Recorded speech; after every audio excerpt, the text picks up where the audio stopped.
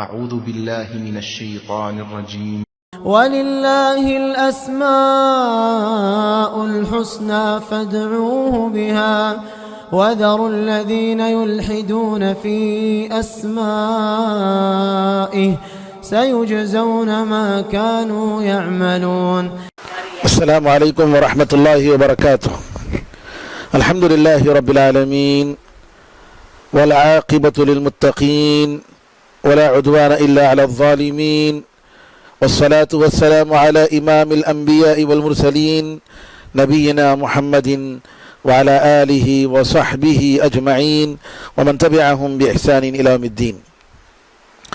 محترم ناظرین کرام، اسماء حسنہ کے دروس کا سلسلہ جاری ہے، اور آج الحی القیوم اور اسی طریقے سے الاول الآخر، اللہ تعالیٰ کی اسماء حسنہ میں یہ نام ہمارے سامنے ہیں.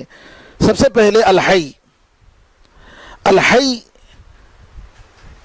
جس کا معنی ہے ہمیشہ زندہ رہنے والا.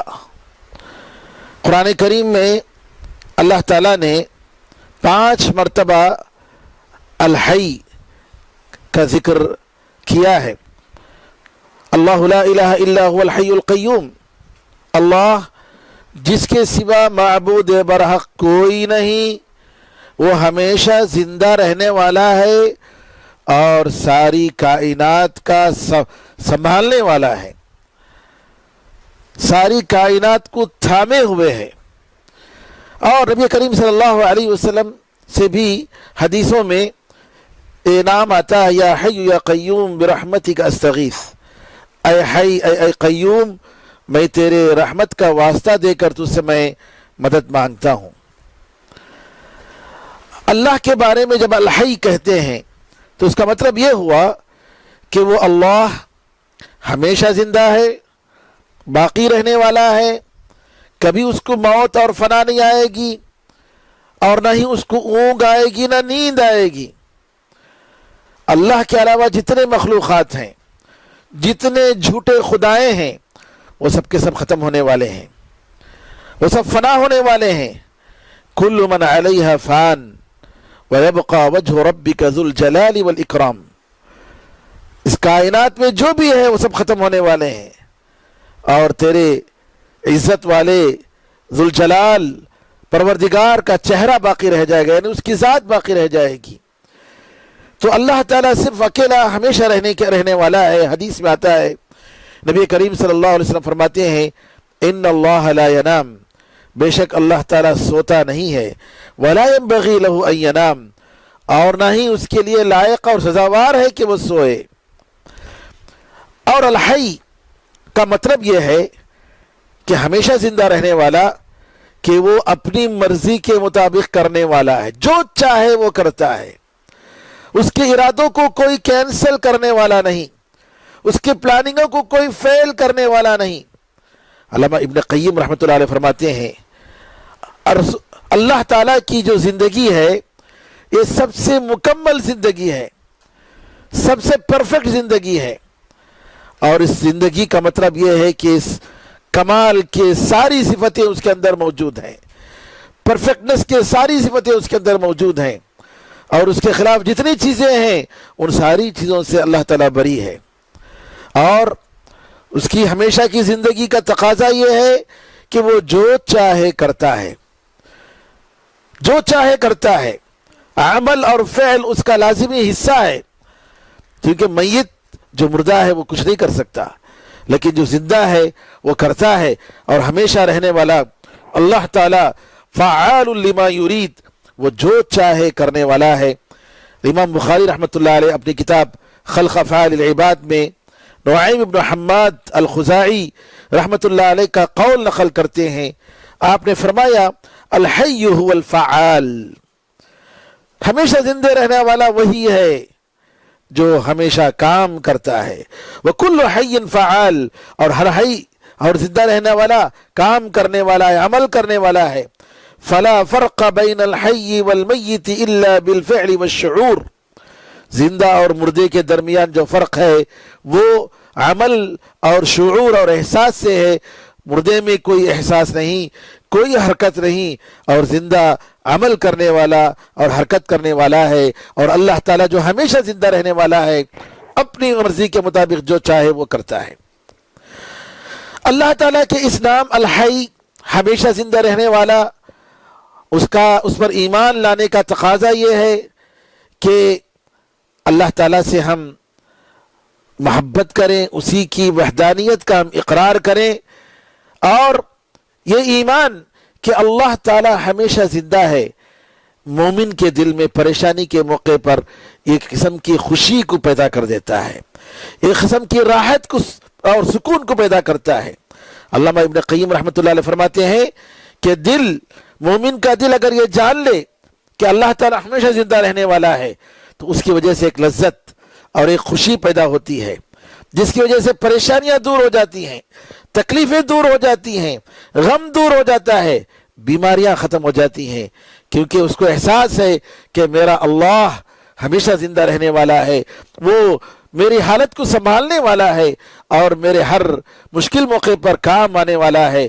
اسی لیے نبی کریم صلی اللہ علیہ وسلم تکلیفوں اور پریشانیوں کے موقع پر دعا کرتے تھے، یا حی یا قیوم، اے ہمیشہ زندہ رہنے والے، اے ہے ساری کائنات کو چلانے والے، برحمتک استغیث، تیری رحمت کا واسطہ دے کر میں تجھ سے مدد مانگتا ہوں، بے کسوں کی مدد مانگتا ہوں. اے اللہ اصلح لی شأنی کلہ، میرے ساری حالت کو، میرے سارے احوال کو تو سدھار دے. ولا تکلنی الی نفسی طرفۃ عین، آنکھ کے پلک جھپکنے کے برابر بھی مجھے میرے حوالے مت کر.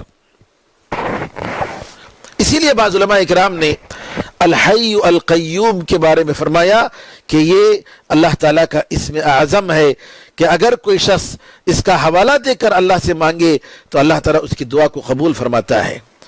تو ہمیشہ زندہ رہنے والا، اس کے پاس صفت کمال ہے، اور قیوم جو ساری دنیا کو سنبھالے ہوئے ہے، وہ کبھی بھی اس کے لیے کوئی چیز اس کے لیے مشکل نہیں ہے، وہ سارے کام کرنے والا ہے، اپنے مرضی کے مطابق وہ کرتا ہے. اسی طریقے سے نبی کریم صلی اللہ علیہ وسلم جیسے الحی القیوم کا واسطہ دے کر نبی کریم صلی اللہ علیہ وسلم اپنی حالت کو سدھارنے کے لیے اللہ سے دعا کرتے تھے. اسی طریقے سے رات میں جب تہجد کی نماز کے لیے اٹھتے تھے تو ہدایت کے لیے آپ دعا کرتے تھے. اور کیسی دعا کہتے تھے؟ اللہم رب جبرائیل و میکائیل و اسرافیل فاطر السماوات والارض عالم الغیب والشہادہ انت تحکم بین عبادک فیما کانوا یختلفون اہدنی لما اختلف فیہ من الحق باذنک انک تہدی من تشاء الى صراط مستقیم. امام مسلم نے اس حدیث کو روایت کی.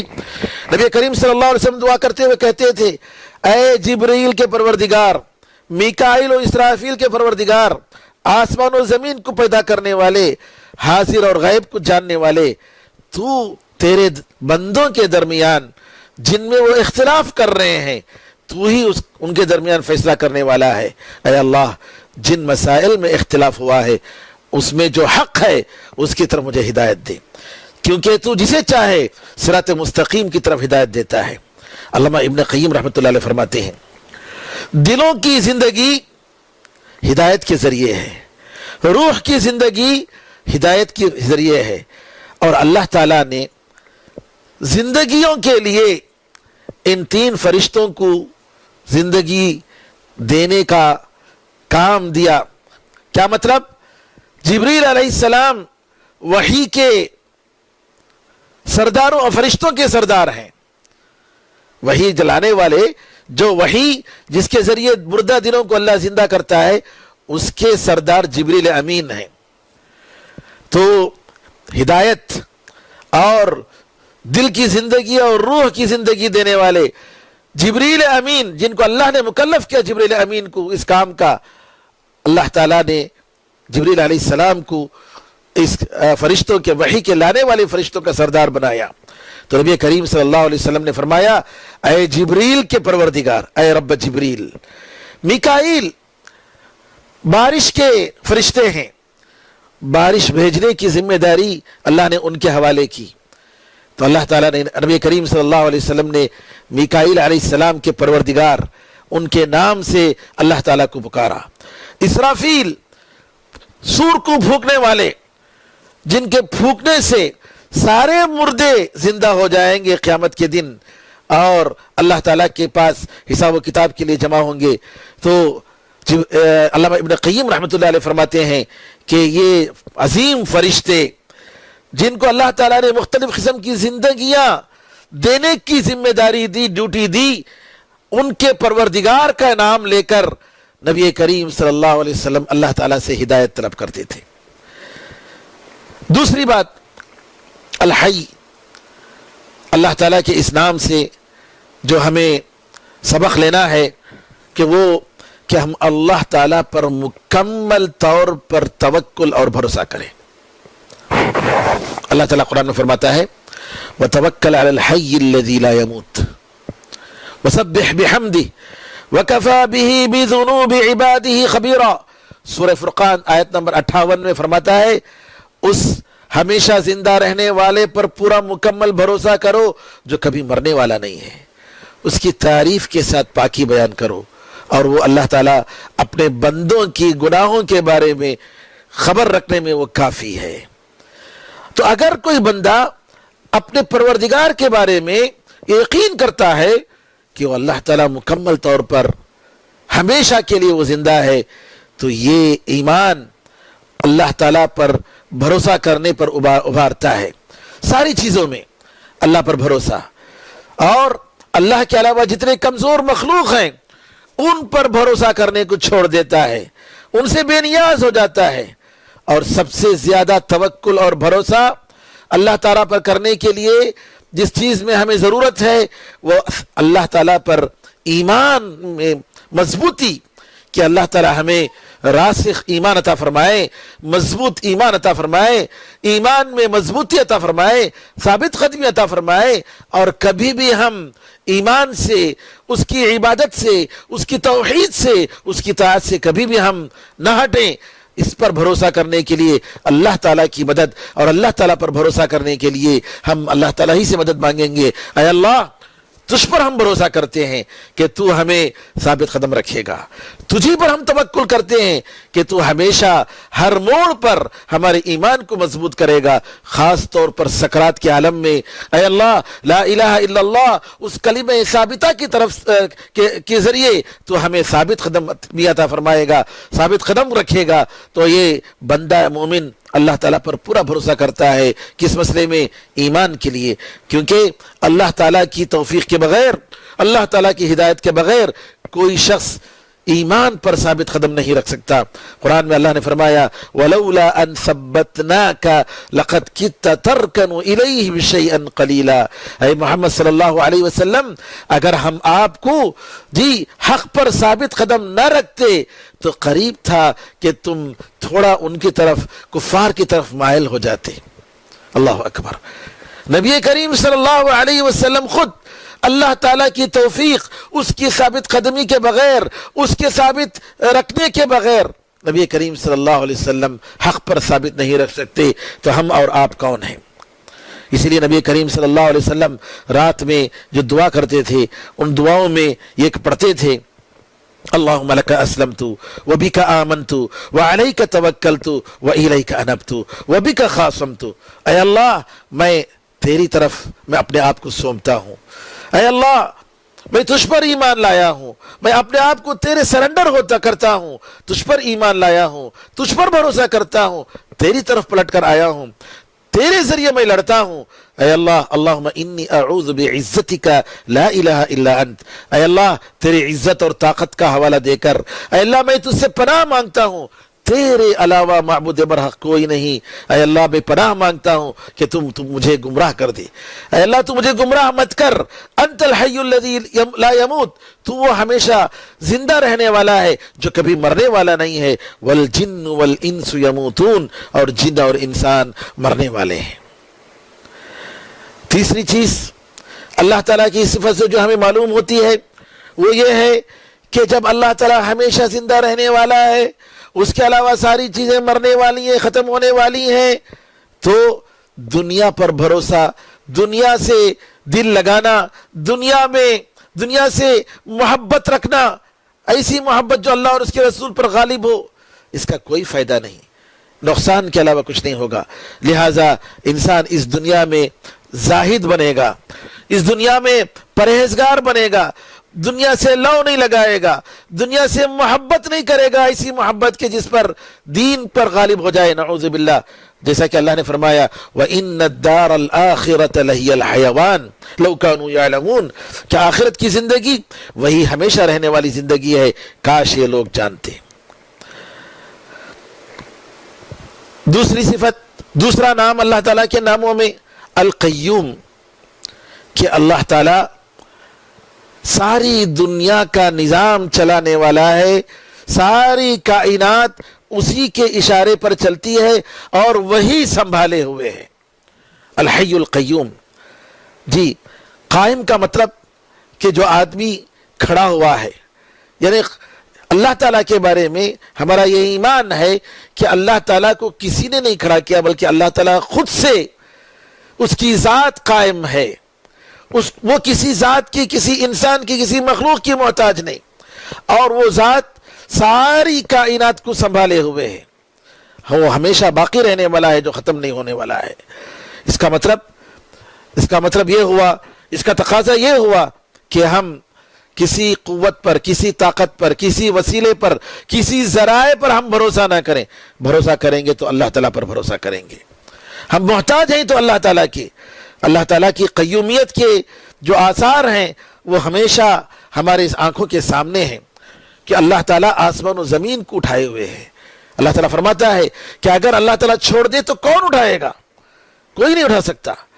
الحی القیوم، اس نام سے نبی کریم صلی اللہ علیہ وسلم جو ہمیشہ اللہ تعالیٰ کو دعا کرتے تھے، علماء کہتے ہیں کہ اس کی وجہ سے دعائیں قبول ہوتی ہیں، مصیبتیں دور ہوتی ہیں۔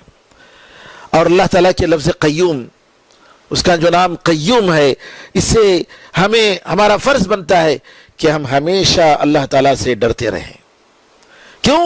کیونکہ وہ نگراں ہے، وہ دیکھ رہا ہے، وہ ہماری حالت اور ہمارے عمل پر باخبر ہے، وہ ہماری دل کی دھڑکن کو جانتا ہے۔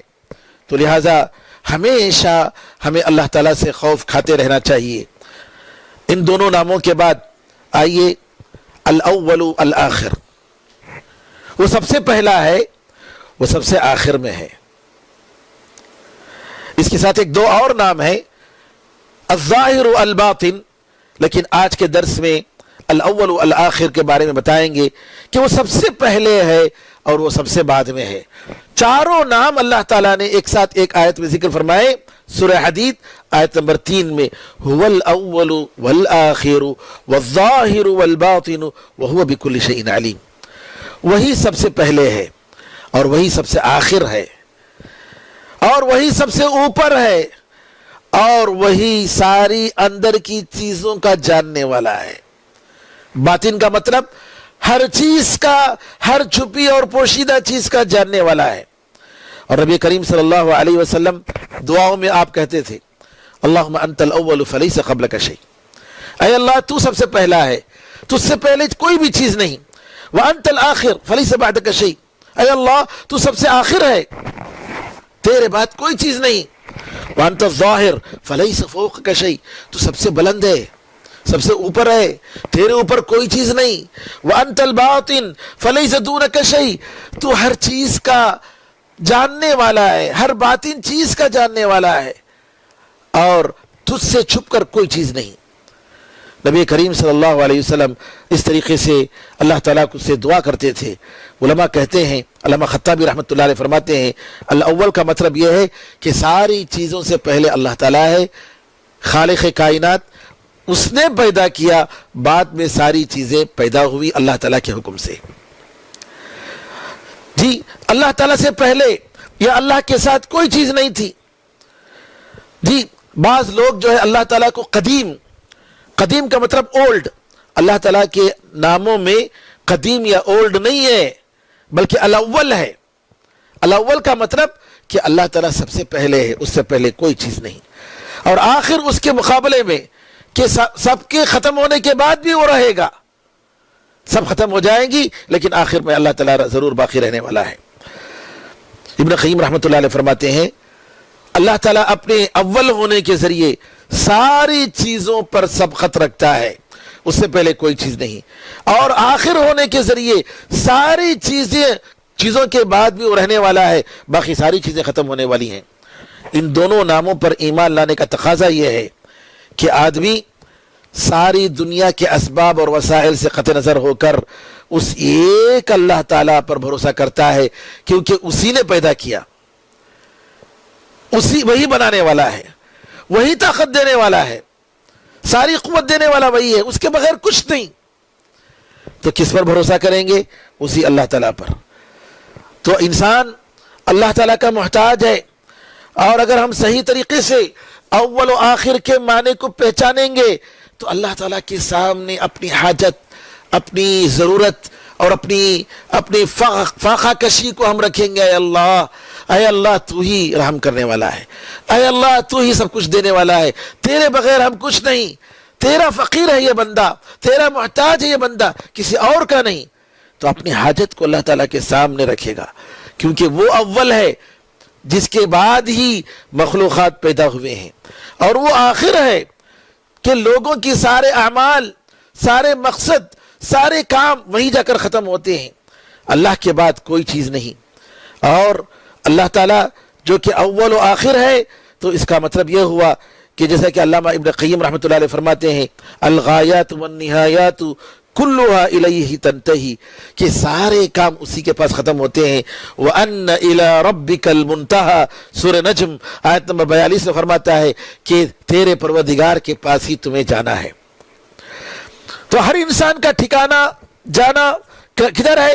اللہ کے پاس، وہیں جا کر ختم ہوتا ہے۔ حدیث میں آتا ہے، نبی کریم صلی اللہ علیہ وسلم حدیث قدسی میں فرماتے ہیں کہ اللہ نے فرمایا یا عبادی، اے میرے بندو، لو ان اولکم وآخرکم وانسکم وجنکم قاموا فی صعید واحد فسألونی فاعطیت کل انسان مسألته ما نقص ذلك مما عندي الا كما ينقص المخيط اذا ادخل البحر۔ کہتے ہیں اللہ نے فرمایا اے میرے بندو، اگر تم میں کا اول و آخر، تمہارے انسان و جن، یعنی سارے انسان آدم علیہ السلام سے لے کر آخری انسان تک، اور سارے کے سارے جن، سب کے سب ایک میدان میں کھڑے ہو جائیں اور سب مجھ سے تمہاری ضرورت مانگو، اور میں ہر ایک کی ضرورت میں دوں، میں پوری کروں، میرے پاس جو خزانہ ہے اس خزانے میں کوئی کمی نہیں آئے گی۔ جیسا کہ اگر سمندر میں سوئی کو ڈبویا جائے تو کیا سمندر کے پانی میں کوئی کمی آتی ہے؟ ہرگز نہیں۔ اسی طریقے سے میرے خزانے میں کوئی کمی نہیں آئے گی۔ اللہ تعالیٰ کے اور دو نام ہیں، ظاہر و باطن، انشاءاللہ بقیہ اور کچھ ناموں کے ساتھ کل کے درس میں آئیں گے۔ اللہ تعالیٰ سے دعا ہے کہ اللہ تعالیٰ ہم سب کو اس کے اسماء حسنہ کی حقیقت کو جاننے اور اس کے تقاضوں کو اپنے دل میں مضبوط کرنے اور ہماری عمل کے ذریعے اللہ تعالیٰ کی عبادت کرنے کی توفیق عطا فرمائے۔ اللہ تعالیٰ ہمارے سارے گناہوں کو معاف فرمائے۔ اللہ تعالیٰ ان مبارک دنوں اور راتوں میں زیادہ سے زیادہ اس کی عبادت کرنے کی توفیق عطا فرمائے۔ اللہ تعالیٰ ہمیں قرآن کریم کو پڑھنے کی توفیق عطا فرمائے۔ قرآن کریم کو ہم سب کے لیے اللہ تعالیٰ حجت بنائے، ہمارے خلاف حجت نہ بنائے۔ اللہ تعالیٰ اس مصیبت کو جلد از جلد اس دنیا سے پاک کرے، ہم تمام ساری انسانیت کو اللہ تعالیٰ عافیت عطا فرمائے۔ آمین ارحم الراحمین، والحمد للہ رب العالمین، وصلی اللہ وسلم علی نبینا محمد وعلی آلہ وصحبہ اجمعین، والحمد للہ رب العالمین۔ سبحانک اللہم وبحمدک، اشہد ان لا الہ الا انت، استغفرک واتوب الیک۔ السلام علیکم ورحمۃ اللہ وبرکاتہ۔